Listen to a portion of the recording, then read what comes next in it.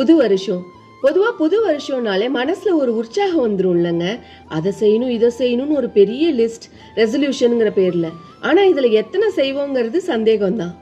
இந்த முறை உங்களோட ரெசல்யூஷன் லிஸ்ட்டில் என்ன இருக்கோ இல்லையோ, நான் சொல்ல போகிற 3 விஷயங்களை கண்டிப்பாக சேர்த்துக்கங்க.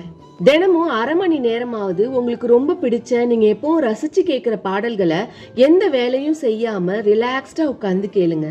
வேலை செஞ்சுக்கிட்டே கேட்கறதுங்கிறது வேற. ஆனா எந்த வேலையும் செய்யாம டீ குடிக்கும் போதோ இல்ல சும்மாவே உட்காந்தோ கேளுங்க. 2வது, இதுதான் ரொம்ப முக்கியம். தினமும் அரை மணி நேரத்துல இருந்து 1 மணி நேரம் வரை உங்களோட பேஷன், உங்களுக்குள் உள்ள திறமை, ஸ்பெஷாலிட்டி அதுக்காக செலவிடுங்க. ஏன்னா கல்யாணத்துக்கு முன்னாடி வேலை, அப்பா அம்மா, தம்பி தங்கச்சி, லோனு இப்படின்னு லைஃப் மிஷின் மாதிரி போயிடுது. கல்யாணத்துக்கு அப்புறம் சொல்லவே வேணாம், நமக்குன்னு ஒரு வாழ்க்கையே கிடையாது. குடும்பம், குழந்தைங்க, இஎம்ஐன்னு மொத்த வாழ்க்கையும் மற்றவங்களுக்காகவே போயிடுது.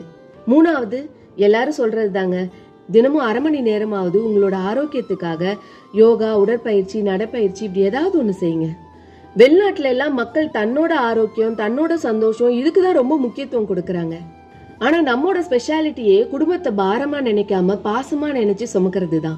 அதை விட்டுட வேணாம். ஆனா குடும்பத்துக்காக நீங்களே விரும்பி தொலைத்த உங்களை இந்த வருடம் மீட்டெடுங்க.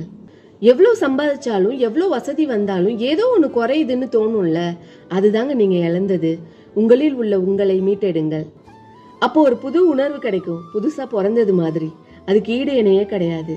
முயற்சி செய்து பாருங்கள். அன்புடன் நான் உங்கள் கீதா கொளஞ்சிநாதன். இது கலர்ஸ் ஆஃப் லைஃப் ஜிகே, வாழ்வின் வண்ணங்களுடன்.